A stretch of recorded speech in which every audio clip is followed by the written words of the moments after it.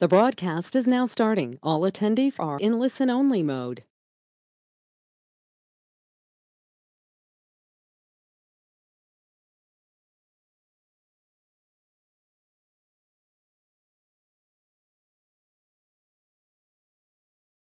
Coach, we can't hear you. You might be muted. Thank you so much, Stel. Hello, my trading warrior, bro. Morning, buddy. Hey. Let's have a great week. Maybe it'd be better if I was muted with some of the ideas I have this morning, and maybe not. Anyway, we're FACE. You know why? It's an acronym of this great place. ForexAnalytix, community, that's you.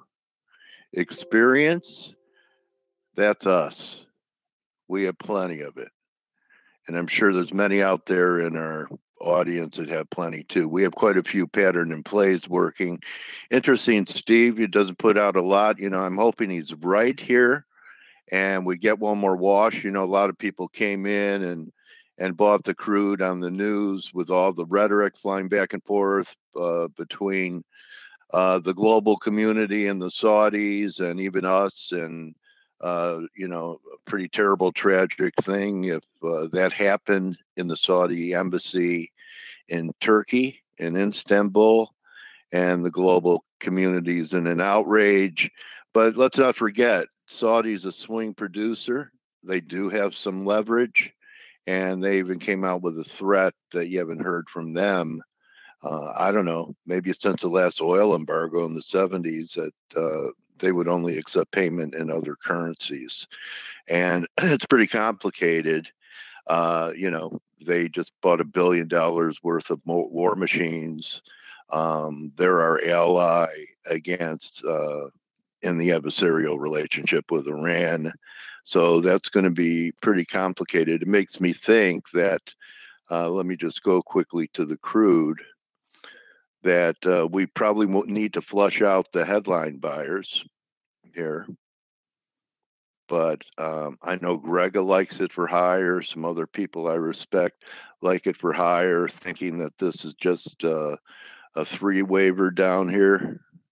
You could kind of see it better on a 4. Kind of like just 1, 2, 3. But the only thing short term, and even on the 4 hour, we had a confirmed low here. On the 1 hour, we had really had a confirmed low. So I would love to see Steve's objective be accomplished at 70. And I like it higher as well, Coach. I like. Do you? Okay. Yeah, I do. But just a scalp here. Yeah, scalp. But I do believe that I see this as a consolidation. I do think there is one more leg lower before higher. Well, my teachings agree with you because of this. See the low, Steve? That reading, yep. 21. Usually don't get major bottoms off a 21 reading. Normally you have to have a few divergences. There are none here. Maybe against this one, but this one was, 17. So, most turns happen when the market is making new lows. And my preferred number for it to stay above is the 30 level. So I think there's a chance if we had a slam here that we could have some divergence. So like that trade, this one might be a little bit more controversial because, we're on the verge of breaking the trend line that Blake has. In the yen, he brought it up late last week. But I think that there's potential for a bear market rally, a retrace in the indexes. Right now, the NASDAQ showing the most relative strength, followed by the S&P. And why can't the S&Ps rally back to 2840? There'd be some kind of, I didn't do the fibs on it back on the way up, but I did on the NAS. So 38%, 3,200. Halfway back to where it really accelerated is 7,300. So that's 150 away. I'm thinking if that happens, we get a bear market rally in yen also. We're not confirming here. We're at this major support, this 1170, 1180 level right here. You could see this pivot line, took it out intraday. Intraday doesn't mean much. But if you get a reversal day, Joe did an interview with Real Vision and talked about that we could see a pop towards 113. I think that's viable if we get the market to start recovering in a big way. The Dixie is, kind of trapped in between these two moving averages, still trying to hold the 50 here. And I believe there was something up here on the 200. I'm not showing it here on these charts, but there was a lot of resistance at 95.60. So the demarcation lines in the dollars 95.9 and 95.60. And as you can see, if you go all the way back, that 95.55, 95.60 level, which is here, came into play here, came into play here, came into play here. So let's see if we at least get a bounce up there to 95.60. And then if we take out 95, then we're headed lower. So, the trade that I'm looking at right here is that the yen may get a bounce on that dollar and a recovery in the market. Euro, this too was trapped. I thought I'd have a chance at 15.20. Still could happen. Let's see what happens down here around 15.20. And the gold, I know everyone's starting to go crazy about gold now. I'll be interested in hearing what Steve says, but we're almost at one of, I think, Steve's objectives. I think it was, equality on gold took you to, this was 60, so 60 from here. This was 65. So, 1245 or so. So, we're like a day away from 1235. 1238 is my second objective. Okay, so we're almost, completing. If this is going to be a bear market, a lot of the bulls think we're starting something major here. I personally don't. I don't think that markets bottom like this. And eventually, I think it's going to be a great shorting opportunity for 1160 to give way because of this. So, maybe this has another week left in it, and something that isn't really confirming. You look at how good gold looks, and then you look at silver. Well, silver, if it gets through this 1490, could extend, but you look at it, it hasn't even gotten back to its high during this first wave, where gold has way surpassed it. So silver showing relative weakness to the gold. So you see this high here, and silver hasn't taken it out. You see this high here in gold, and gold surpassed it by a mile. And in fact, Steve, what you might be getting here is 1, 2, we do a little work, maybe pull back and finish the thing off. So I wouldn't be chasing the gold here. Maybe the gold comes off during the, if we get that recovery in the S&Ps and the NASDAQ. I'm, licking my chops for a recovery in NASDAQ. I'd love to see it. I don't think we're done. My overall target in the NASDAQ is here. If I'm right, we're going to travel all the way down. This was 800, okay? And I was looking for an 800 point decline in NASDAQ. You know why? Because back in January, this was 800. This was 900. So I was looking for some type of symmetry here. And that's what we got, an 800 point decline. And now I think that if we take that out, we get 1.618 of that. It's going to be about 1,300. So if we top, it's 73, 74. You're looking at the low 61s. This was kind of a line that I had. Where was that? That gave me 58. I think this was it.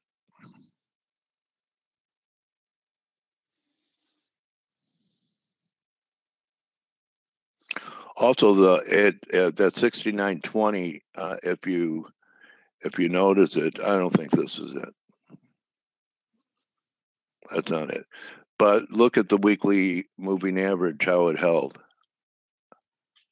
Okay, I have too many fibs here and missing moving average. But under last week's low, all the indexes are in big trouble. So I encourage, how are you guys? FX, Len, Craig, everyone doing okay?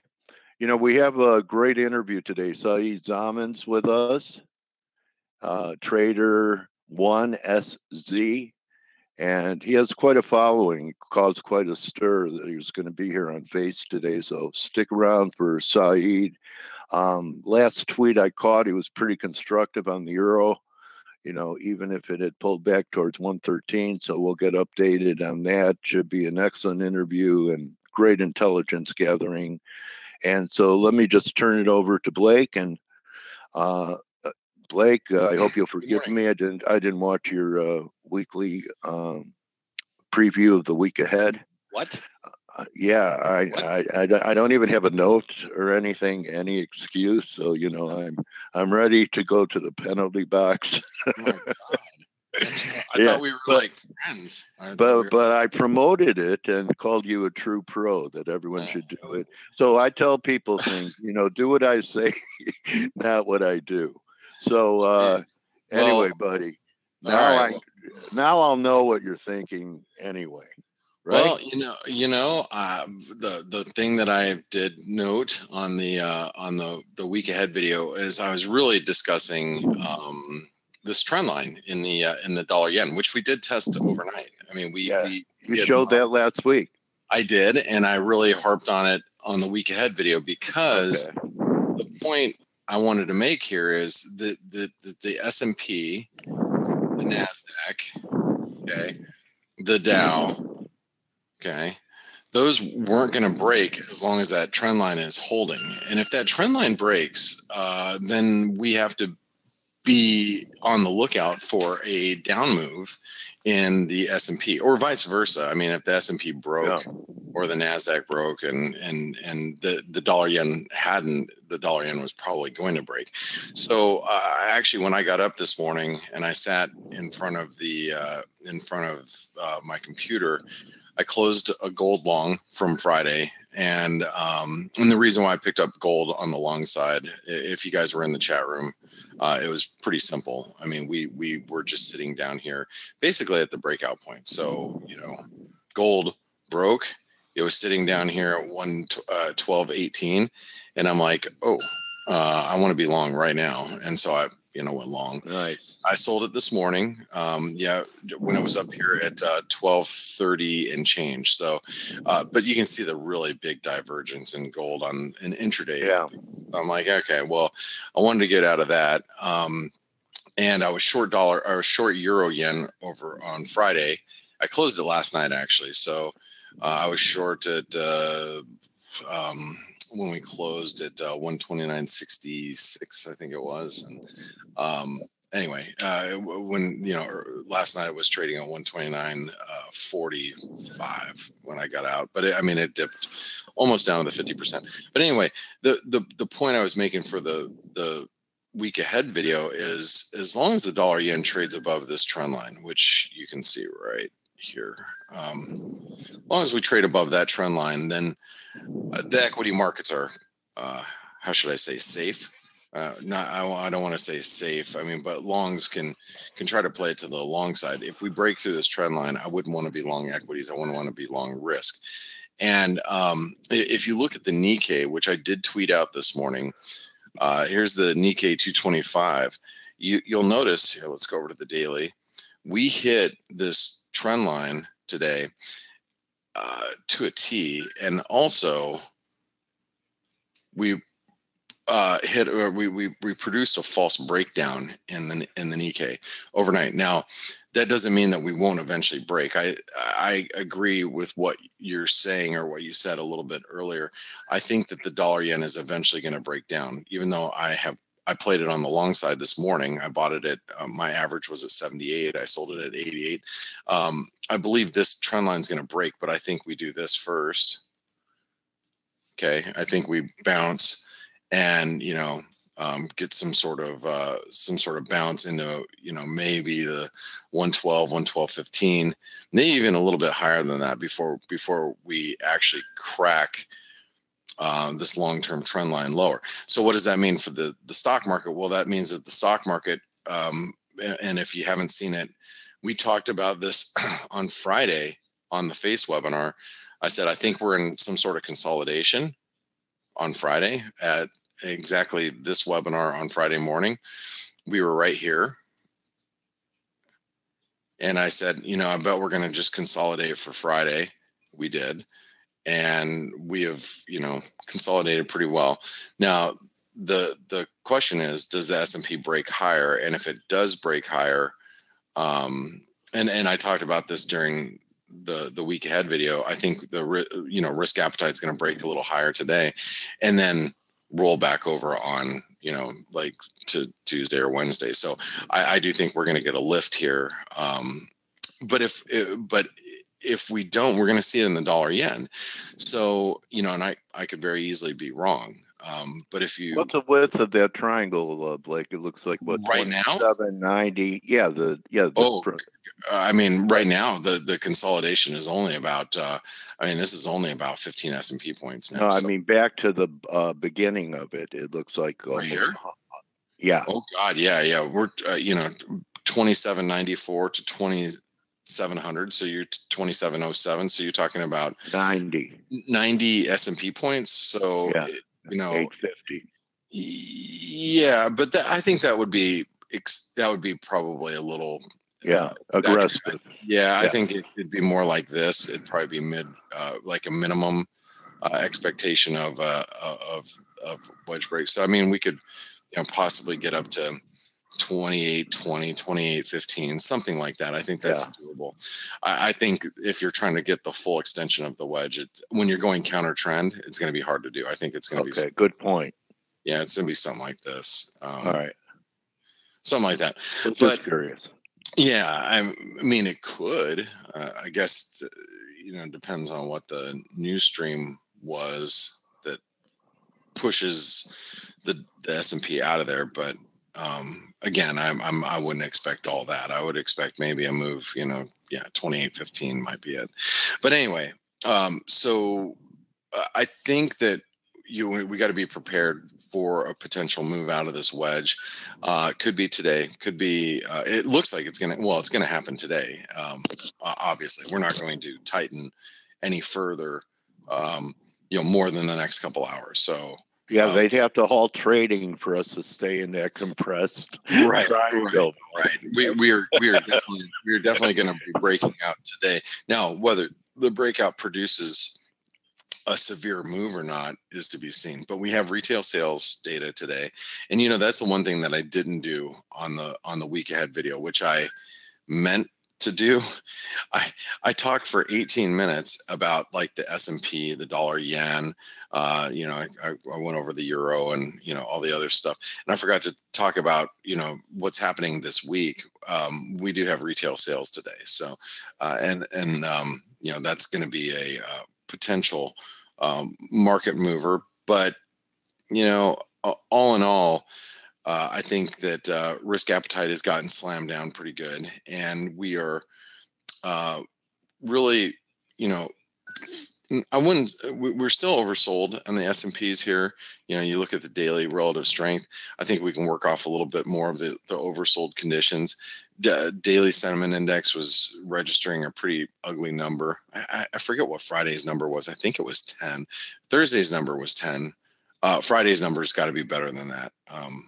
I have to go back and look. I forget exactly what it was, but anyway, I do think that equities are going to bounce a little bit here, and that should take the U.S. dollar Japanese yen probably back above 112, and the Nikkei will probably bounce going into Asia tonight. I would think. I mean, but the flip side is if the dollar yen breaks out 111.60. The S&P is probably going a lot lower, and same with the NASDAQ and everything else. As far as the rest of the market goes, I did mention that on the week ahead video. I'm really, indifferent about the dollar. I still am. I don't know what to do with the euro. I'm not a euro bull. I'm not a euro bear. I think it's a pretty messy market. I don't have a good read on the euro as of right now. The cable, we had some. I think Prime Minister May, I believe, is going to have a press conference today, and really we're in such. I mean, we're really deep in the weeds with Brexit talks right now. I'm not really too sure what to do with the cable either. All I know is that we are making lower highs. And that's a little bit of a risk to the bulls technically. The Aussie, it actually firmed up pretty good, and actually the Aussie is at the upper end of its resistance zone. This really, and actually, let me do this. Let me do that like that. The Aussie really needs to reject here, and if it doesn't, the risk, oh shoot, I didn't mean to do that either. It's the 38% retracement. Okay, there we go. The risk here for the Aussie is if it breaks higher, it's going to squeeze, right here. And I don't think you can rule out a squeeze here in the Aussie. The risk reward is to short it right now. Like if you're if you're purely looking at technicals and you don't care about anything else, the risk reward is to short it right at this moment. I don't know if that's the right trade. I'm just saying that would make sense, because if we do break above 71.50, then we should start to squeeze higher, towards 72 cents, maybe even towards 73 cents, which would be the upper end of the channel. But the Aussie is really, I mean, it's there, and the Kiwi too. I mean, the Kiwi is right up against previous support, and that's acting as current resistance. You can see it right there, right? So the risk reward is to short the Kiwi as well. Again, I don't know if that's the right trade.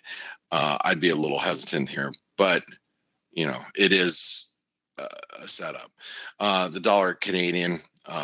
Actually, I'm surprised the dollar Canadian's looking as good as it is, despite the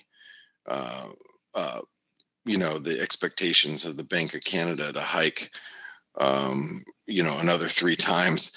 The dollar Canadian you would think would be a lot lower, but it's not. It's actually holding up pretty well.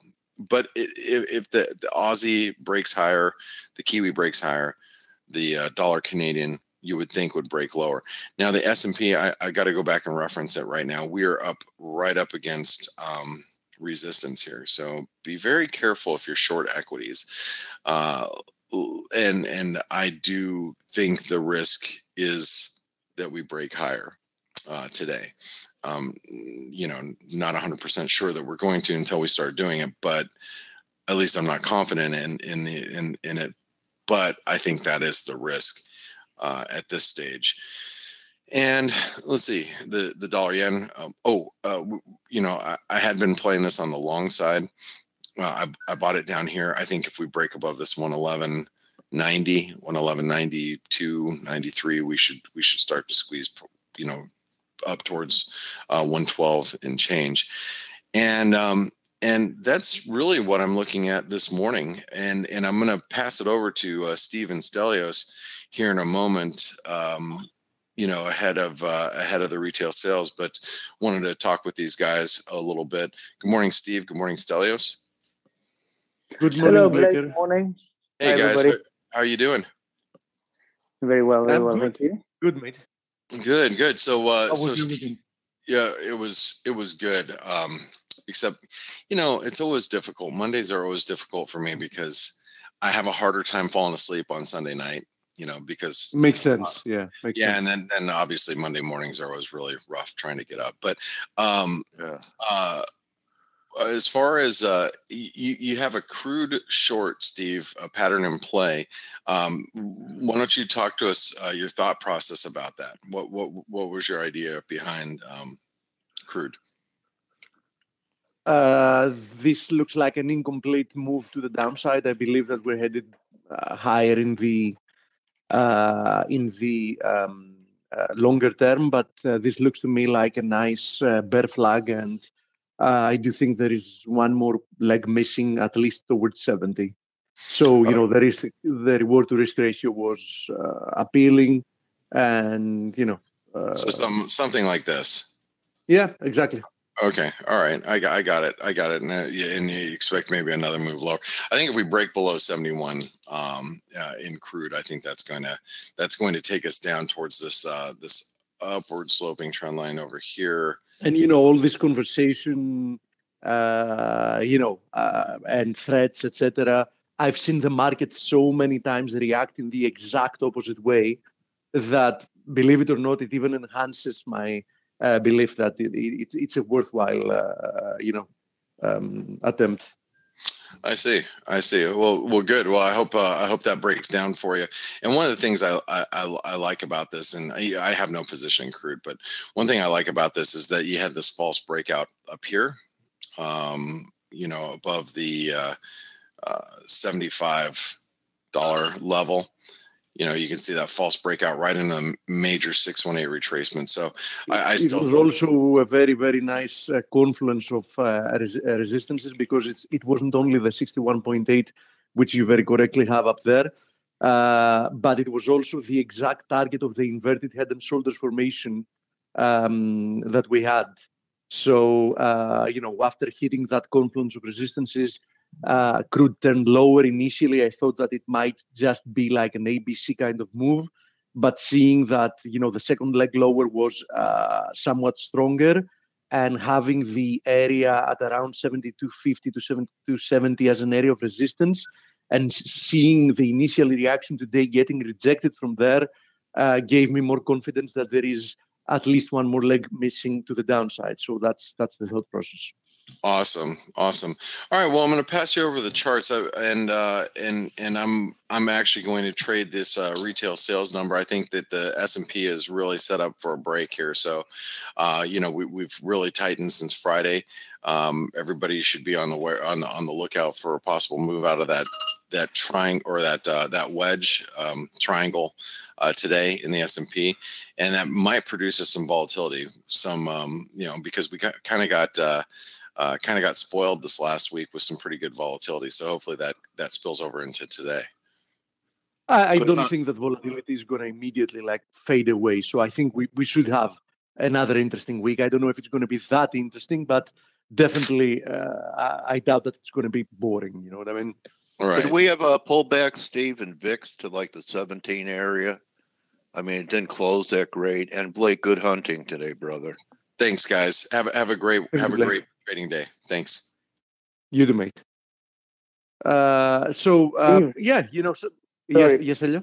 Sorry to interrupt. Sorry. We had 1.5 minutes to the numbers. I think before the numbers, probably worth mentioning our sponsor, ForexAnalytix. This webinar is free, and it's free because it is sponsored by them. And if you have any kind of questions, anything you want to ask about brokers, service, anything at all, we have Trent and First Justin of all, there. if for some reason you haven't tried ForexAnalytix, you can always do that for just $1. It's a 10-day full access to our services. And as Stelio said, this is also... And Steve, don't forget to tell the audience that if they really feel they got zero value out of their 10-day trial for $1, that I mail a $1 bill to all of them, postage due. Correct.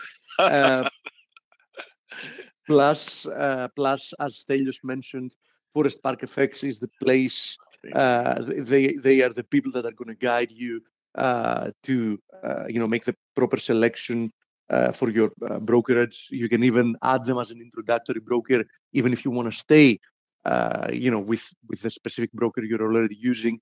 And through the reimbursement program, you can get your subscription to ForexAnalytix subsidized, or even get cash back. Depends on if you are in Europe or in the US. You can find here in the reimbursement program page the Skype contact and the email contact for them. Stelio, I'm getting back to the data though, Yes. because we get retail sales coming out in 10 seconds. Any second now. So let's first see what kind of a reaction we get from the markets, and then we're going to go through the charts. Let's see what we get. We have Empire State as well, manufacturing.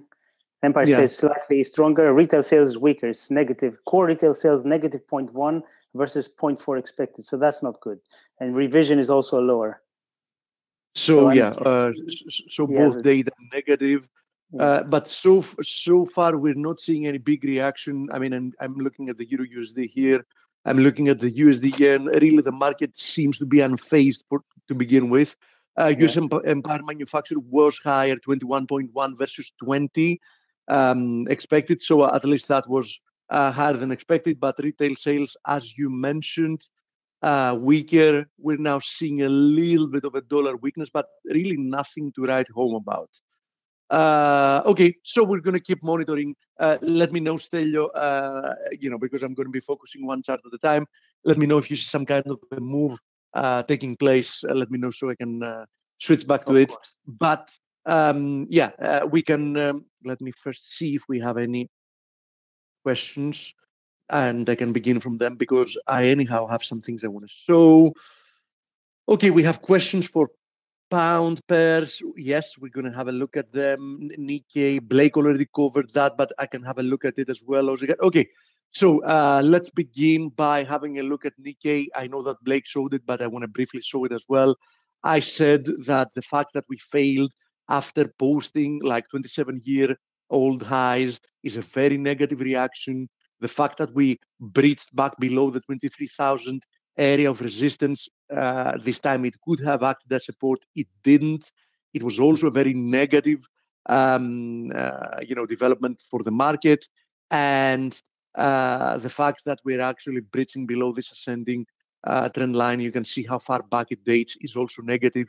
And 22,000 is going to be an important zone. I think if we breach that as well, we're going to be talking about a very, very bearish development because we will have in our hands a false break higher and a completely reversal with a lot of momentum following it, right?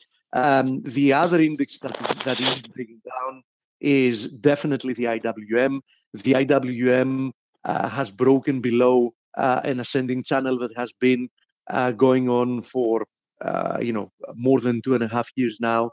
And the fact that the daily, after seeing a very nice divergence on the daily RSI, the fact that the daily RSI is now at a reading of almost 16 is showing that this is not a move that you should dismiss as a corrective move, because very rarely you see something bottom out after such a strong impulsive move lower. In any case, that means that I would expect that any reaction higher towards the 160 area should definitely find sellers, if we even make it back to that, because we might even get rejected from an attempt to retest the broken channels resistance. Support, which might act as resistance. So IWM, I think that from a technical perspective, has broken down in a very bad way. Nasdaq retesting horizontal support resistance area. I would be quite careful here.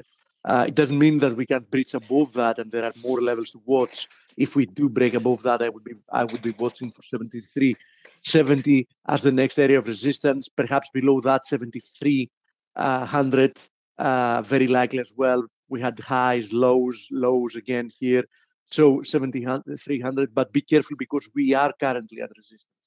Now, having to do with the S&P, Blake already showed this is the daily. He showed on the 4-hour chart that this might easily be a triangle, but something in corrections, you can never be sure if that's going to end up being a triangle, if that's going to end up being some kind of a bear flag. But one thing is for sure, it doesn't look like we're done pushing lower. So I would expect at least one more move to the downside in the rather short term. I mean, we can end up rebounding for a couple of days, but in general, I would have to say that I think we're currently trapped in a broad range because 2690 is a very critical area of support resistance.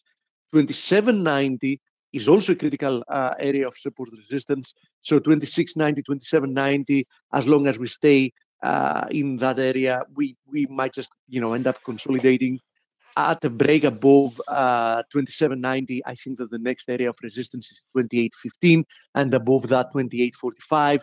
In any case, though, I would not expect that the index can rebound higher than, let's say, at the best case scenario, retesting this broken ascending channel.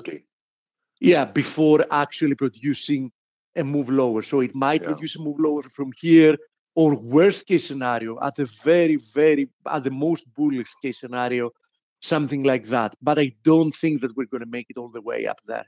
That's, in my opinion.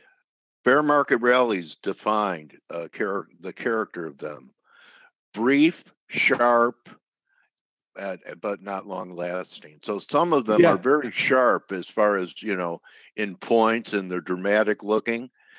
So that's what I would love to see is, a couple of days that just squeeze the shorts, and it's dramatic, but, any correction doesn't last longer than the end of this week. That's what I'm thinking. I totally agree with you, Coach. You remember how long ago we started talking about the potential of the DAX, yes, to switch subject of creating this beautiful long-term head and shoulders formation. I kept warning that the index looks like it's very heavy, and it looks like it does want to make the move below the 11,800 area. It finally did so. It did so emphatically. It closed the week below it. And now I'm going to go back to the daily chart to show you where it actually found support. It found support at the confluence of a previous support area, and at the same time, the 161.8% extension of this last rebound that it produced. So a rebound from here wouldn't surprise me, but needless to say, you should expect that 11,800 to 11,900 is now going to be a very tough area to crack to the upside. And I think that any rebound towards that area is going to produce a very nice selling opportunity. I believe that a lot of people are going to be looking to short that area. I'm going to be among them. So we might even break down from here. But if we do rebound to that area, I think that the reward to risk ratio is going to be extremely appealing to look lower. Now, having to do with the FTSE actually surprised me, because when we were here, I expected that the rebound is going to be a soft consolidation, or something like less than what we got. I expected one more move lower. So unfortunately, I lost the opportunity to be short because I got surprised by the momentum of the rebound. But what didn't actually change is the fact that once the index got rejected, we got another move lower, which clearly looks impulsive, right? So we're now about the next area of support is the previous low here. We've almost completely retraced this very strong move higher. So the FTSE doesn't look good either. Having said that, expect the 7,100 area to act as resistance from this point on, in case we rebound and retest it. So having covered the indices, I wanted to mention something else that is important, which is the bonds. The fact I want to mention the bonds before we go to the metals is because, first of all, the 10-year Treasury, after breaking down below the symmetrical triangle, which was very clearly, a bearish consolidation, it broke down to new lows, and after finding support at the 127% extension of the maximum width of this triangle, it's now rebounding, but is finding resistance, unsurprisingly, at the previous low. So be very careful here, because we can very easily get rejected from this area, since it acted as support a couple of times. It can easily act as resistance in this occasion. But if we do make it above this area, I think that we will have a hard time rebounding higher from this confluence of resistances, of these broken triangles, support that might act as resistance in this horizontal support resistance area. So the reward to risk ratio favors shorts, as long as we're at the current level. Perhaps if we get rejected from here, I think that the next area to target is going to be the 161.8% extension of this triangle, which comes at 116.5 roughly.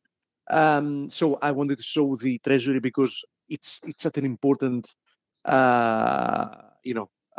juncture, and having to do with the bond. Let's first have a top-down analysis. Let me show the weekly view of the bond because it's quite important.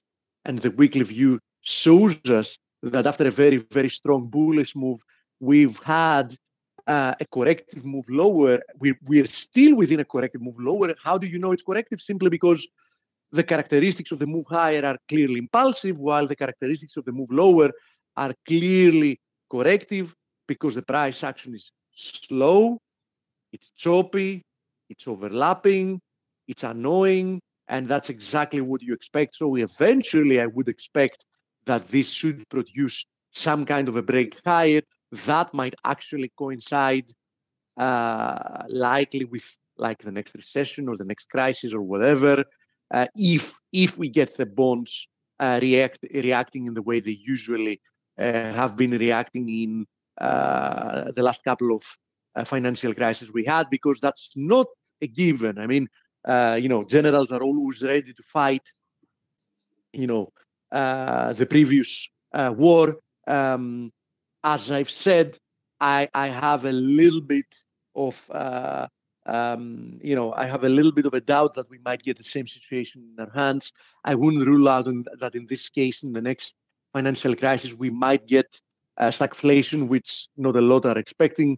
In this case, the bonds would react in a different way, but from a technical perspective, a move higher looks likely.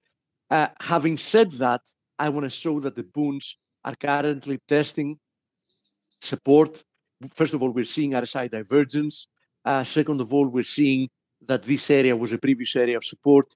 So we're seeing a little bit of a rebound, but in any case, this 159.75 zone might act as a resistance once again.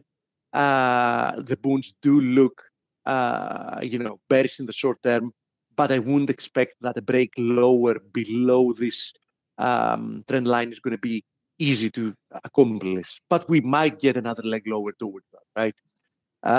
So I wanted to cover the bond since we didn't do that at the end of last week, and now we can go over some of the questions.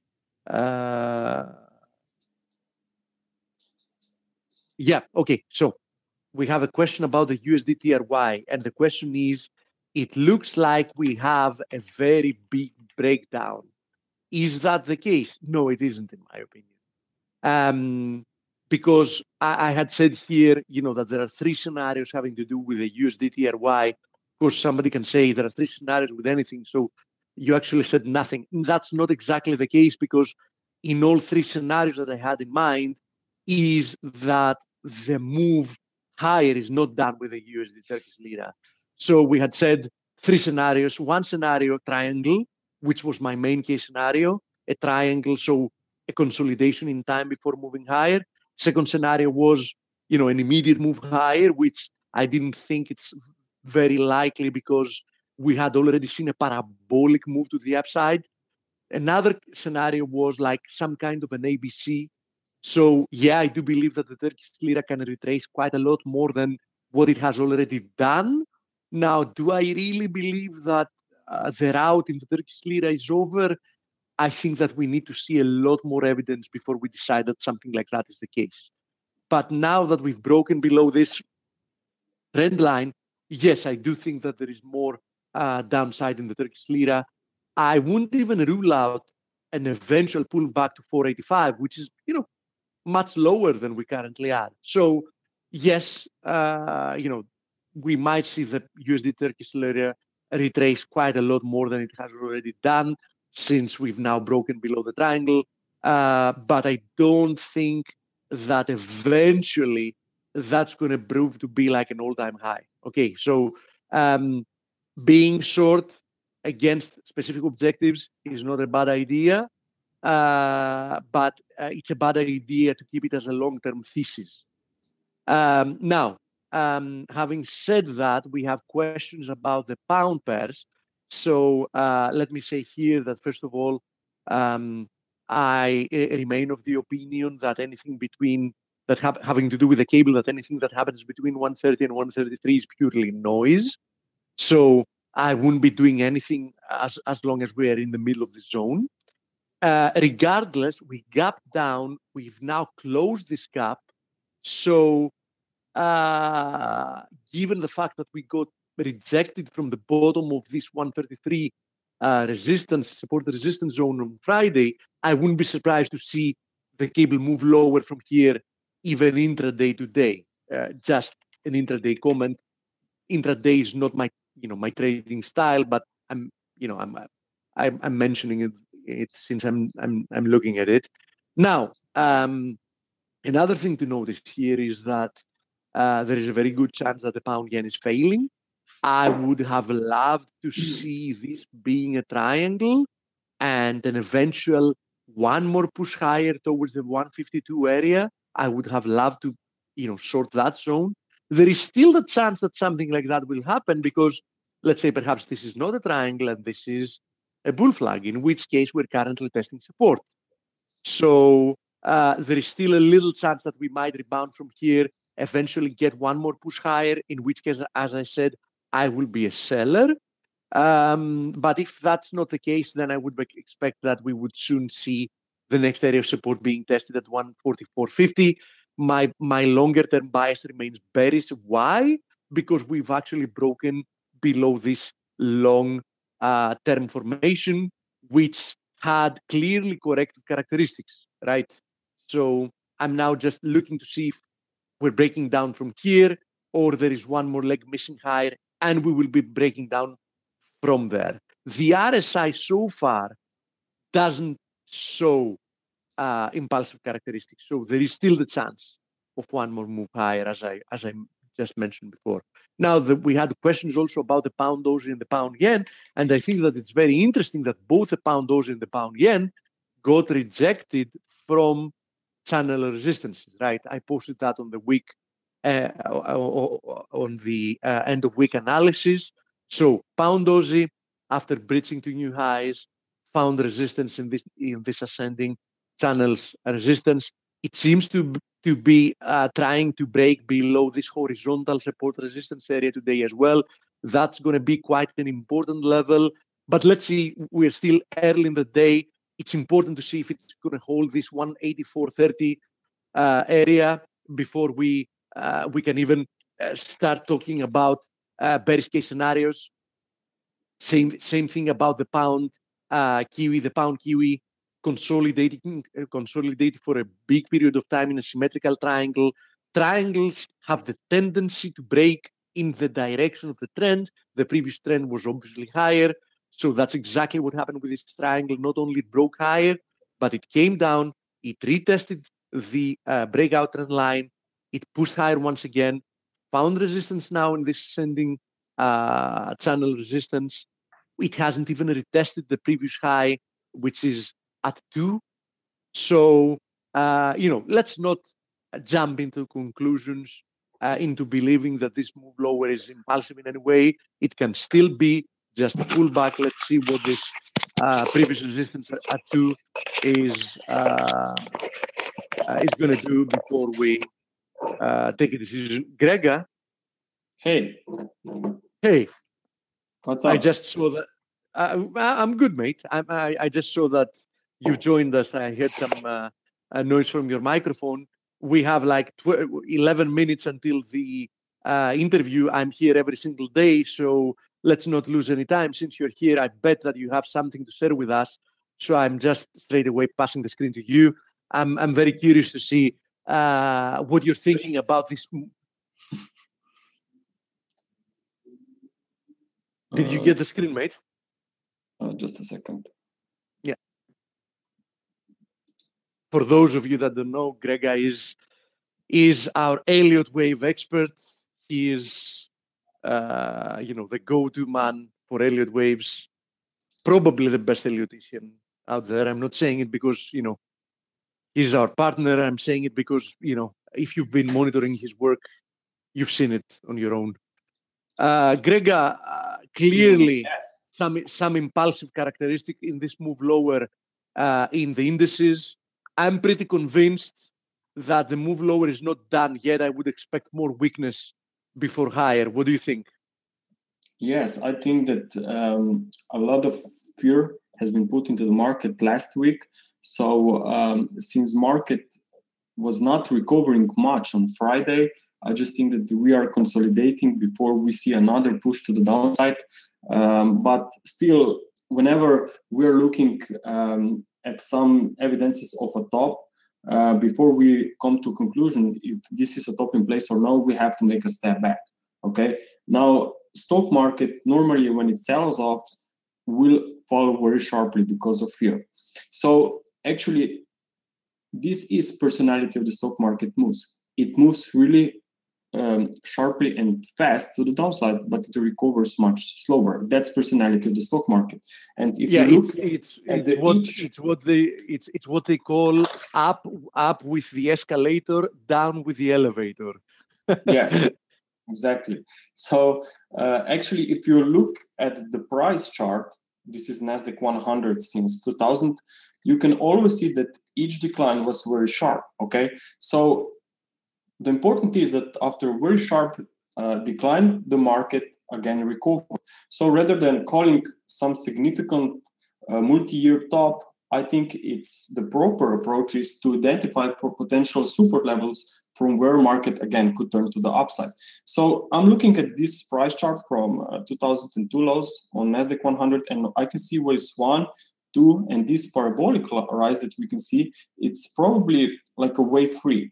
And if that's the case, then we are now in a wave 4. Now, what I notice is that stock market also like to make flat formation. Flat formation is a 3-3-5 pattern where you see first move to a new high, then you see a pullback, and then failure break to a new high, where a lot of traders, investors were probably looking for new long opportunities. And then get trapped at the worst possible point. Yes, and then you will see another move to the downside where there will be another failure push, but on the opposite side. So actually, in such case, market makes 2 failure breakouts before actually continues to the right direction. So I think that actually would not be surprised that this was a failure break here for a new high for a wave B, and now we are headed down for a wave C for another failure. It was the same situation here back in 2015, where I'm sure that personality and even actually investors' approach was very similar like we have seen in the last 2 weeks. So my idea is that this can be only wave 4, and if I'm correct, then of course there is room for more downside. Actually, around 6,000, 6,300 around there could be actually a very interesting support. Also, if we look at the other indices, I'm looking here for DAX actually. Now, DAX came out of a triangle here back in 2012. So I'm looking now for a 5-wave structure. And what I'm tracking at the moment is potential ending diagonal here with wave 4 underway. So if that's the case, then support can be a little bit lower, maybe around, let's say, 11,000 or so, where I would be... Keep in mind, though, Grega, that we've already triggered with a break below 11,800 a head and shoulders formation, which actually has a target at 10,000. Of course, that doesn't mean that every time we trigger a nice formation, we will always make it to the... Of course. Yeah. But when I'm looking, my primary analysis is still the Elliott wave principle. So No, I understand. I'm just mentioning it. Yes, I know. I'm just looking.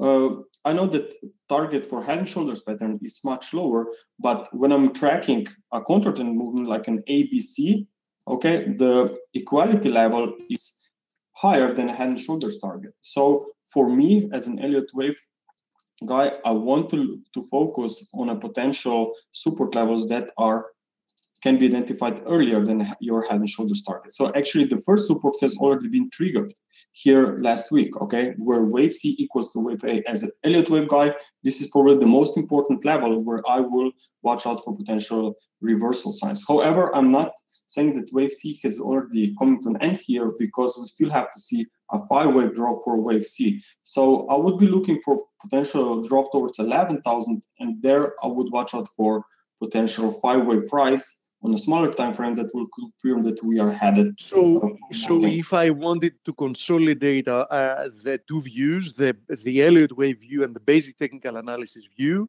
a retest of the breakdown area of 11,800 is going to be a nice opportunity to be short, and then it remains to be seen if the Elliott wave scenario is going to be played. So perhaps there is not a lot more downside, but there is some more downside to be made for a 5th wave. Or perhaps there is a bigger downside because, let's say, this head and shoulders formation is going to come to fruition and we're going to go all the way down to 10,000. Yes, very possible. But as you said yourself, for now, there's still more downside available. And I think that this short-term structure, let's go to 4-hour chart, this is actually intraday chart, is very clear. You can see that market is actually moving sideways. This can also be a triangle. So clearly more weakness is coming, but we will see how actually maybe this price action will unfold till the end of the month. If we'll see some kind of a bounce towards the end of the month, then of course I would be interested actually maybe to even look for some long opportunities on DAX. But for now, the market is still hard here and very heavy, and could clearly, as you said yourself, can see more weakness. Also, what would I like to highlight is probably gold. Now, gold money is probably flying into gold when we see risk-off mode. So looking at gold, we have touched a very important level here at 1235. It was old swing low. So if this is going to be a corrective recovery, ABC, then we are now at a very important level where new bears should step in. Okay, so watch out what market will actually do here. If we'll see a drop, a reversal of this Monday's flows, then this could actually be first evidence that we are failing to move above this resistance level. At the same time, also I think that Aussie could finally see more weakness. It's rising very slowly, as I can see, and actually it's not catching the move that gold did last week. So if gold will sell off, I think that Aussie dollar can be much lower. Okay, we need to stress out though here, because I didn't make it on time to cover the metals, that COTs show that positioning in gold is at extremes. Sentiment was very recently also at extremes. So there is a big danger that if actually gold manages to squeeze a little bit higher, then people are going to start panicking. I mean, there's going to be a massive short squeeze. So I agree with you. So far, we have no reason not to view this as a corrective bounce. But in my opinion, there is a real danger that if this bounce extends somewhat more, it might lead to a much bigger rebound than initially thought. Yes, actually, if we focus on the 4-hour chart, right, you still see that I'm waiting on a 5-wave recovery to unfold here for a wave C. So clearly there is an idea that market could actually move into these fib levels. But overall speaking, I think it can be wave C, but as you said yourself, it can reach a little bit more higher levels before we may finally turn to the downside. But the very important price chart should be this one on a weekly basis, where I see prices in a wave E. Okay, so that's why I think we have to be aware of potential first resistance levels on a lower time frame chart, because I see price in wave E of this wave B triangle. So sooner or later, maybe this market will turn around. And I think we really have to be prepared whenever this happens. Out of curiosity, if we reverse engineer an assumption if gold surprised you and actually broke higher from this formation, how would you then label it? I'm not saying you favor this interpretation, and it looks. There are always different opinions. I would probably then alternate counts. Yes. Hey, Greg, you know why Elliot was always waving? Why? Because he was impulsive.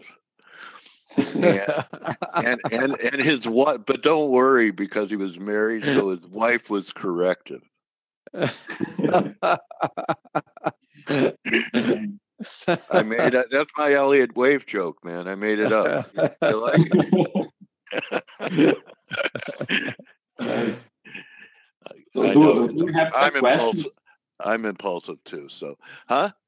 Do we have any questions? Oh. Or probably we are out of time, I guess. Is your guest here? Let's see. Is your guest here? Yeah, Saeed is here. Okay. So, Grega, why don't you join us one of the next days so we can cover more? Sure. I will. Because we're looking forward. You didn't cover currencies or anything, or I missed it. Did you? No. I did. He didn't have time to do it. Okay. But join us again tomorrow or the day after, or whenever you have some time. Another like 15 minutes. I'm sure people will be more than happy to hear the rest from you. So thank you very much, Grega, and see you all later. Coach, enjoy the interview. Thanks, Grega. Thank you, buddy. All right. Well, we'll see Grega again tomorrow, hopefully. And thank you, Steve and Stel. And let's go ahead and turn over the controls to Saeed Zaman, just like a lot of his followers have turned over control to him. So I'm interested in talking to Saeed. Welcome back to Faith, Saeed. Waiting to hear your voice. Hello? Hi, Saeed. How are you doing? I'm doing great. How are you doing? I'm not too bad. I'm just trying to you're a little soft, the volume. What about now? Still soft. Okay, let me take it out and put it back in. Okay. Wrong, that is. Okay. Technical difficulties. This is live TV.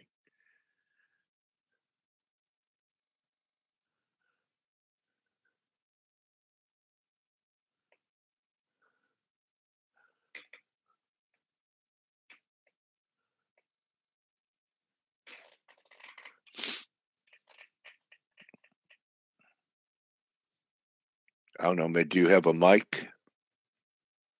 Or we're using your laptop mic? We didn't have this problem before. I better. He left? That's better because it's me. Invite him again. I think he disconnected to reconnect again. Perhaps he's trying. Okay, I will. All right. I see him. Yeah, he's back. Yeah, there he is. Oh, okay, my trading warrior brother. Let's see. See if we get some volume. You're unmuted. Can you hear me? Yeah, it's kind of low, but why don't we go ahead? You just screamed during this interview, okay? It's never happened before. So normally it's working, this mic. So okay. Okay, it's a little better. So thanks for taking the time to come back to Faith, Saeed. Great to have you. It's good to be back. Good to be back. Okay, it's sounding better. You know, I'm very much looking forward to seeing your views on the currencies and what your thoughts are. I wanted to start off by, when you made an announcement that you were going to be interviewed today, you really caused a stir in my stream on Twitter. And I've read some of your tweets, and I know that you teach people. And I've read a tweet like, you don't want it enough. If you want it enough, you'll jump off a building. Right, Saeed? Huh? I mean, it's kind of like you have an FX cult following. And I was wondering what you do that creates that type of intensity of how people, become devoted to your teachings. What do you think it is? I don't know. I think I think I come across as genuine. I'd like to think that because people Okay. can sniff out bullshit. Right. So if I was, then I think I wouldn't have that kind of following. Yeah. But yeah, don't know really. But I mean, they were all excited about hearing you in your interview, and when we had to cancel once, people were disappointed. I just wanted to know if there was some secret sauce you use, so I could steal it from you and use it for my I following and I think make them more passionate I think if there's only about me. secret sauce, you'd know about it. Yeah, all right, buddy.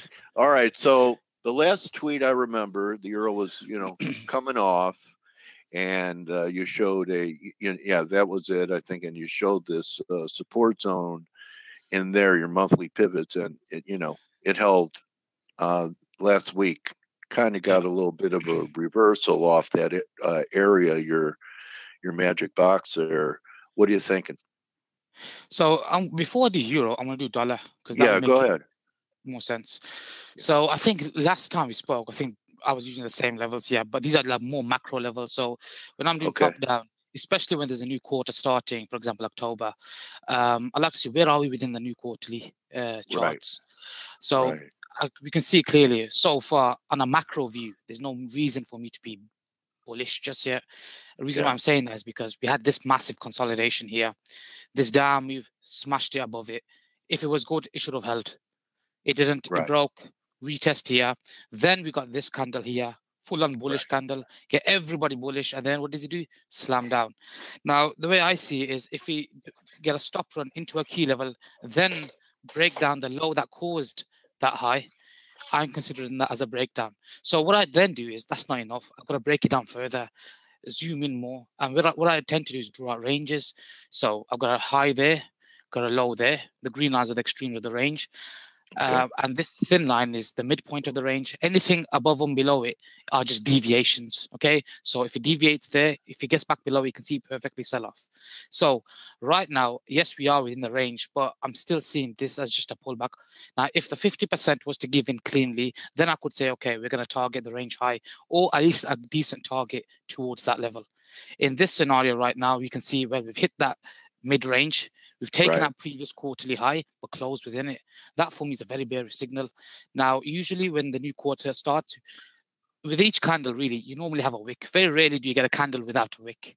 So we've got this candle here. We've caused the wick. Now we're below the open, the expansion phase.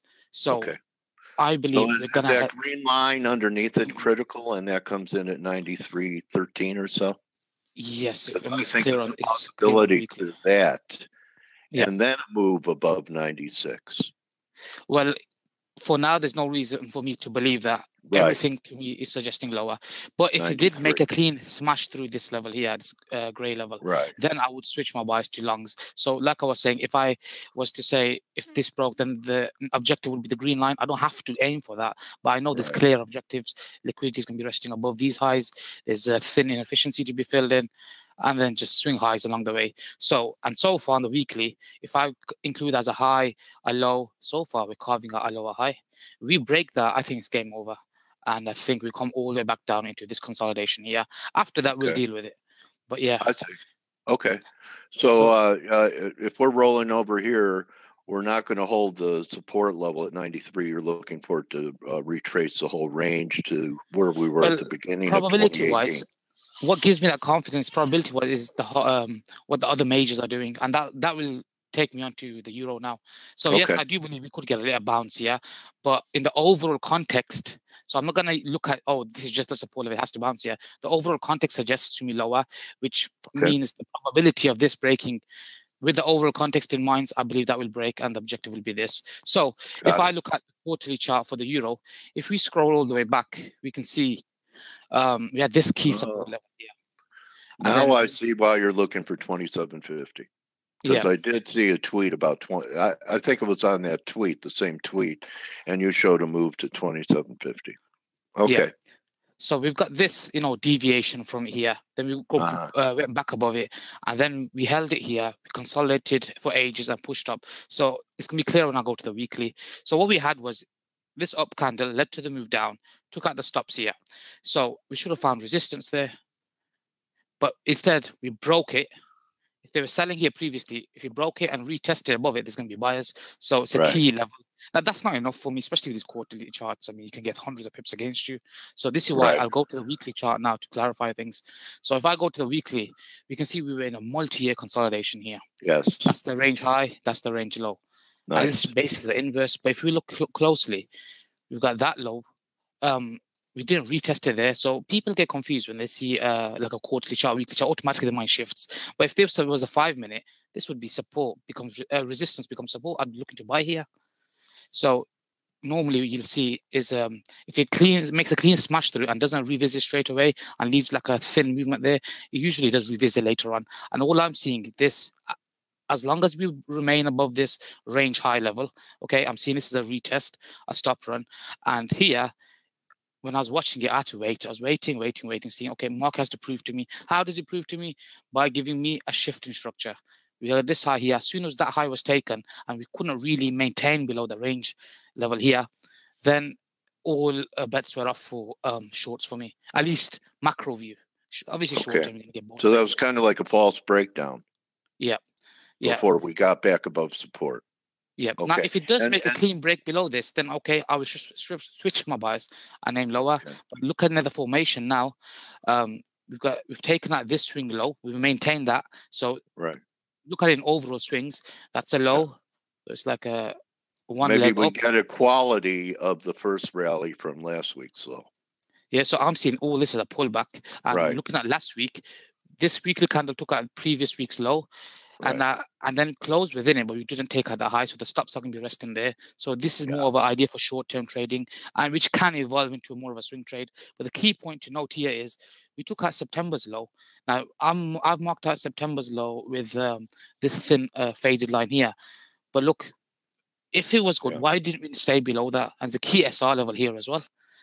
Attempted it, sold off, and then once we got back above it, we're not really getting back below that September low. So I think it's going to be pivotal for it to stay above September's low. And then I think we're going much, much higher. There's no reason for me to believe lower. Now, obviously, you can be prepared for the downside. So like I said, on a macro view, if it breaks below this brown line, then I'm saying we're going to go lower, most likely. But as it stands, I'm looking for any opportunity to go long. So there's two ways. From the weekend, I was looking to go long here. This low here. Why? We had stops resting here. If I had that bullish pattern, bullish confirmation here, I would have gone long. But it didn't. It just gapped here. Now, you got to be prepared. What if it doesn't come to this level? So what I'll be looking for is, okay, I've got the monthly open. So this purple line delineates the monthly open. If I get a clean smash above the monthly open, that means we are into the body phase of the candle. So that means we're going to get the expansion, and the wick should be in for the monthly. So we're playing around with it now. We're flirting around with it. And another thing to notice is, look at recent months. The body, small body, small body, small body, small body. You know there's going to be an expansion coming soon. So at the same time as looking for entries, we've got to have good targets in mind. So my target is this gray box here, which comes in around the 1.19 level. So that's what I believe we're going to head to. So what I'll be looking for, if it doesn't come to that level I've marked out, a clean smash through the monthly open. We've got SR level there anyway, retest, and I'll be looking for short-term targets into here, and then there, and then into that. After that, I'll have to see what happens. So that's about equality from the rally we had in August to the recent high before the pullback to 113. So it's about equality there. All right. So great view. I know you've tweeted me about U.S. dollar yen before, Saeed, and that had a pretty tricky move when it got over 114, squeezed out all the shorts, and it's been down since. Wondering what your view is now with your pivot work. Me on this way up, I've got to say. But again, using the same logic, okay. And this was the chart I showed you back in December. I remember last year. Range high, range of 50%, and I've still obviously you have more levels to grow, but the macro levels still hold key. Now it's amazing how it's just held again. It cannot close above this level. So last week sort of confirmed. Like obviously this week was this weekly candle was more of a confirmation. Right. They increased the probability. So I am very, very bearish. Now what would increase the probability further is if we were to make a break below this, then I think that opens the gates for the 108 level here. So on a daily, question is, people say, okay, it's one thing saying, oh yeah, I think it's going to go lower, but entry is a whole different ball game. Where are you going to enter? How about 13? How about 1270 to 1306? I saw you had a gray area box there. Yeah. So the reason why I marked that out is it comes down to, you know, breaking it down, which one's more probable to go. So if we see that's a key level here. Now, the way I look at it is if it's a swing high and I've got a reaction out of it, that means that something here is significant. Okay. Right. So here you can see the tick was there, but then when you had a bust through that level, daily close, right. Okay, it led to that next key level, acted as a magnet. But the moment it got back, it found a bit of support. But when it closed back below it, okay, look what it did. Yeah. It sold off. So that's telling me the market should be, if as long as below this high here, I'm considering this as a deviation. Okay. Okay. That's like a fake out. Now that's back below. Sure was. Lower. So the question is, how do you get on board? Now, I was looking for an entry here because this was key support level, and the strategy I used, the Monday's range strategy, where that's Monday's low. If you cleanly breaks Monday's lows, find support there, a resistance then sells off or breaks down, then I can get back on board. In this scenario, it didn't. The question is, maybe it may leave you in. So ideal scenarios, I know that I wanted to stay above that high there. Now, if I was a swing trader and I got a big target, there's nothing wrong with me entering here with a stop loss there. Yes, people say 138 pips stop loss, but my target's this. Now, one way I can do it is start scaling in small, as long as it doesn't breach that level, okay? Right. Or I'll wait for this. So what I do know is ideal scenario would be there. Move into there. And usually, right, moves like here, for example, I usually trade these moves, but on a Monday I don't, because Monday usually you find price like to settle in. So follow through last week. Yeah, so that's the ideal scenario I'd like to see. If that does not happen, I've got to be prepared for the next scenario. So what we've got happening here is we've just taken out a kilo. Now this kilo, is there any significance behind it? So if I just draw a horizontal line across that, you can clearly see how important it's been. Yeah. So right resistance here. Resistance there. As soon as it made a clean break and retested it, that low led to a 200 odd pip move. So if it makes a clean break below it, I'm expecting the inverse to happen. Okay. So now what I'll do is, okay, we had a consolidation here. So if it's going to sell off from here, I don't know for sure if it's going to sell off, because on Mondays, I don't like trading Mondays. But what I do know is, okay, I'll mark this out. So assume it does hold that level. If it was to sell off from here, then the up move, okay, that's the up candles that pushed it up into that resistance level here. If we get a sell off, that tells me that support has become resistance. Sellers have stepped in. How? They've made a new low. But not only that, the significant thing is they've broken that key level. If I get that, then any lower time frame price action, like a weakness on a 5-15 minute, then I'll be looking to it's a bit messy there. I'll be looking to sell. And where's my next key level? It's going to be this. If this was to make a clean break, this gray line, which is the mid range, then I think that really does open the gates to much lower prices. And if you look at the commercial positioning, the commercials are extremely long, the yen. So that lines up as well. And what I'm looking at is gold. Right now, gold is probably one of my favorites right now. Go ahead. Super bullish. So what I'm going to do with gold is quickly go to this chart here. Let's point this out. Looking at historical price action. Now, I'm not looking at the numbers here. That's not bother me. What I'm looking at is when it was here previously and the technicals confirmed, we had a massive rally. So I'm looking at where the massive rallies happened and what were the commercial positionings. Right here, we're above all of that. And this is like it's record setting. So that's not enough. I mean, commercials can do what they want. They can keep prices suppressed or whatever for ages. But let's look at the technicals now. And this is where the ranges really have helped me zoom in. So we can see the leg we're stuck within is from that high to this low. I've drawn the high, the low, and the 50%. Now, this is where the 50% is so pivotal for what I'm doing now. So if we look previously, historically, when it's closed above 50%, it's made a significant rally. Remember, this is a weekly chart. A break above on a weekly significant rally, it goes to that side. Again, when it deviates it but gets back above it, it rallies. So look what it's done now. It was held for ages. Yeah. What was it, about 1208? This level here, this level about 12, 12. Yeah, okay. Go ahead. So we can see how price was suppressed for ages. But now it's broken up. Now I look at the COT data and price confirms, because price has to come first for me anyway. Is the yen confirming it? The yen is also confirming it. What's going on with the indices? Similar thing. So for me, my validation level is actually this low here. So I've got a long going with this stop here. So what I would like to see is I'd like it to stay above here on a weekly close basis above this line here.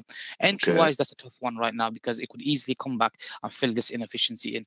So what I'll be doing is, okay, ideally, I've got people might come kilos or bought here, but where's your risk? If I was to buy here, my risk would have to be this low. As long as this low holds, I feel secure in the position. But what I'll be looking for, ideal scenario would be is a dip actually below this level here, a deviation below it. But I don't need to enter here. So what I'll be looking for is similar to here, find support here, deviates below it. And then once it gets back above it, you know that all this was just a squeeze or a stop run or whatever. So I'd like to see something like this and then get back above and then find support here again, because this is clear resistance level. So when it does this, this is a squeeze, I'd consider it. And at this point is where I'll be looking to enter. Otherwise, what I'll have to do is, again, the same way I use ranges I've just shown you, I'll wait for it on the lower time frame. So for example, what we've got right now, we've got this low here. Yeah. And we've got this low here. So this more comes in line with entry techniques, but what it helps me do is it focuses on where price should go and shouldn't go. So right now, I'll let it do whatever it wants. But the moment it does something like this, for example, either it comes into there or there, but then reclaims that level again, and back it to the breakout support there. Yep. Yeah. Then I'll step in, because instead of keeping a wider stop loss all the way down there, I don't need to keep my risk there then, and it's much more. And then my target is actually I'm actually going for these highs here on a swing basis, but short term, obviously, we've got this resistance level here. But that's gold. It's probably one of my favorites. Yep. Okay. That'll be your tagline for the video. You gave it to me, buddy. So I am getting a couple questions from the audience. And do you want to take on either USD CAD or actually, can I do another pair that I normally don't do? Because I think there's something big going on. Then I can answer whatever if you've got time. Yeah, okay, sure. This pair here, this really has got my attention right now. Euro Aussie. So we've got this, right? I don't really trade this, but I used to back in the day. But now I've used to the majors. But that's a range high. That's a range low. We're breaking out of a multi-year range. Now, if we look, right, we had attempts here, but things are looking different now. Attempts here, okay, above failed. There's only so many times and for so long they can keep this in a consolidation form before it breaks out. Now, what was the make or break point is what's happening right now. We've broken out of it. Okay, we got back below it, but then immediately broken out of it and we stayed above it. When was the last time we had so many monthly closes above it? It's been a long time. So as long as it stays above this green level on a monthly, this means we could have a huge breakout. And if I was to do measured move of this, and this is the same for the Euro New Zealand, Pound Aussie, Pound New Zealand. So I just need to do this, and you could do the same for the rest yourselves. But this is really, really looking nice. I think this is in for a massive breakout, at least a minimum target into another 900 to 1,000 pips. It'd be a fool to say no. But it's like these kind of trades are like running in the background while you day trade or whatever you do with the majors. So on a weekly basis, it's like background music for you. Elevator. Yeah, so okay. I have. Good one. All right. So So this is a level to keep your eye on, I believe. And what we've done, we're retracing back now. That's fine. But what we have done is, this is previous month's low. I shouldn't have drawn that, but okay. Previous month's low here. Okay. Now we've taken out the stops at previous month's low. We're hinging off a key pivotal level, which is here. So this down, we pushed the market up. When it broke below it, resistance, sell-off. Clear, if proved itself by finding resistance here. It broke above it, found support. This time, it took out the stops, cleared that previous month's low, previous quarter's low, and then rallied.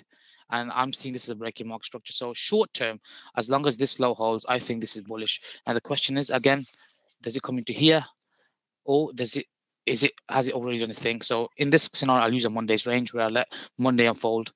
But I think this is really a currency pair to keep your eye on for a massive move, at least risk reward wise. All right, background music. First time I heard a position trade described that way. Background. So were there any other pairs? We have a little bit of time, but I want to make sure. I went to your website, so I don't know if you had it last time, but I want people to know how to get in touch with you. You're teaching people, you're doing webinars. You have a service now. So you want to show your website and how people can reach you? Yeah, I mean, I wouldn't say it's like specifically teaching. I mean, there's loads of stuff out there that you can learn. It's more of analysis I do. Like, I mean, you can learn from it, obviously. I mean, just because we label it something doesn't mean it's not. But like, for example, say what I've done now, that's what I do. So, but in this, you don't have to sign up. There's plenty of free stuff. I mean, I got quite a few free videos here and on my YouTube channel. Okay. It's just mainly analysis I do, and a few live trading sessions during the week where. Well, I think I was probably talking about your premium access that you do have, a business model for people that get it, unless you just want to win the Nobel Peace Prize for humanitarianism. Let's be honest, it's all about the money here. There you go.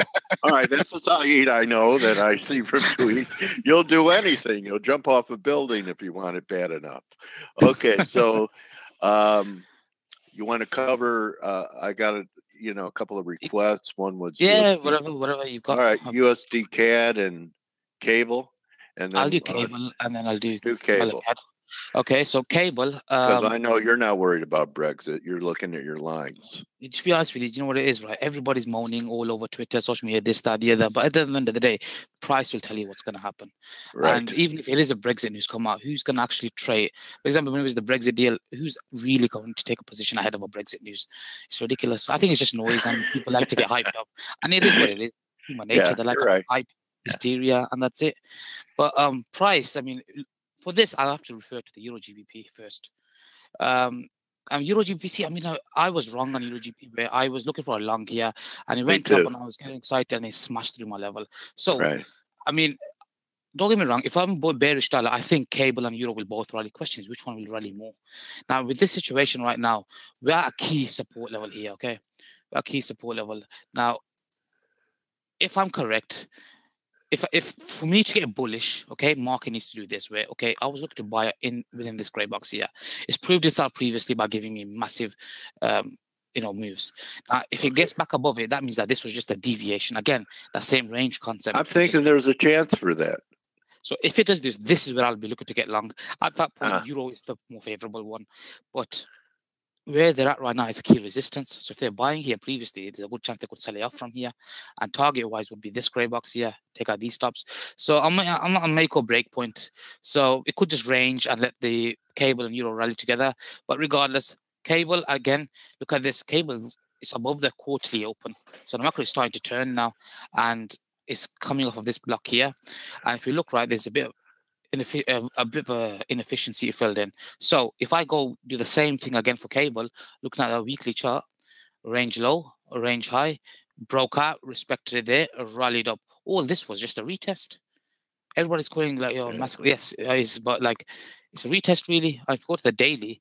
This candle that initiated the move, it didn't retest it in 2017. It came back to retest it in 2018. So when you get little gaps, market needs like to fill them in. That's how I'm seeing it as. Now, if you break it down further, okay, there's nothing bearish about this chart to me, to be honest with you. I get the same rule. If it does break this on a macro view, yes, I'm bearish. But on a weekly basis, right, if I'm looking at this really got a lot of bears in, and this sort of confirmed it. Immediately after, it wicked down all the way back up. So this, the way I'm seeing it is, I think this swing low should hold as it stands. This weekly candle, I think, was if you look the way they started, it was quite a 300 pips. So it's normal to take some profit taking, whatever you want to call it. But as it stands, this up move pushed the market lower, and then if I came into resistance there, and then it came back down, took out this low. So it's come back above, found support. What proves to me the level is going to hold. If it holds it and then makes an impulse move, that tells me that the level is going to hold. Any pullback is a buy. I think short term. Now, we've got the monthly open here. I'd like it to stay above the monthly open. So we've got a pivot here, and we've got the monthly open here. So any pullback, as short term at least, as long as this holds, I'm bullish. If it does break, then the macro view doesn't change, but I'm going to have to switch my short-term bias. And so if it did this, then I'd say, because cable likes to fill the voids, it's one pair that really likes to fill in the gaps and voids. What I mean by that is inefficient moves. I think we're coming to here. But as long as it can stay above this gray box, any pullback is a long. So I'll probably be looking for, we open the market, and what I'm looking for is maybe a stop run Okay, if you can, and this is where my Monday's range strategy comes in. So this is, if you can do something like this, but that's not enough. I won't buy a blind there. But if it gives me higher highs and higher lows after that, so if you did that, so that's the high. I wish I had a pen tool. It's so much easier. But if you did this, that would confirm to me. You know, we only have time for one more. Do you have the same constructive view on silver? Yes. You do. And the reason why I prefer gold over silver, I was going to come. That's one thing I want to come to, is if we look at this chart here, the gold silver.